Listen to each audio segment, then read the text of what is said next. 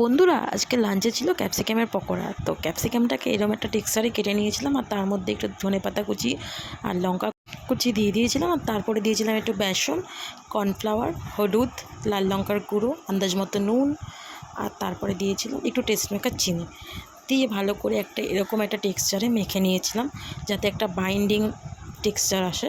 তো তারপরে একটা ফ্রাইং প্যান বসিয়ে নিয়েছিলাম, আর তার মধ্যে তেল গরম করতে দিয়ে দিয়েছিলাম। তারপরে ছেড়ে দিয়েছিলাম আস্তে আস্তে একটা একটা করে বড়ার শেপে, আর তারপরে একটু লাল লাল করে ক্রিস্পি করে ভেজে নিয়েছিলাম।